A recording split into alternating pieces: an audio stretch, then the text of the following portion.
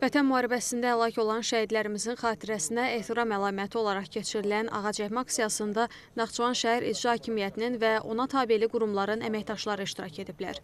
Naxçıvan şəhər İcra Hakimiyyətinin başçısı Cabbar Musayev Azərbaycan xalqının milli tarixinin ən möhtəşəm səhifəsini yaşadığını bildirərək, bu zəfəri bizə yaşadan şəhidlərimizə Allahdan rəhmət, qazilərə isə can sağlığı arzulayıb.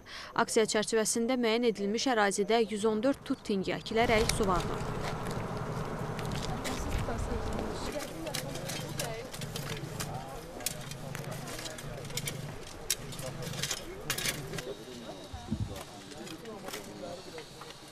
Bu bizim şəhidlərimizin əziz xatirəsinə olan hörmətimizin bir töhfəsidir.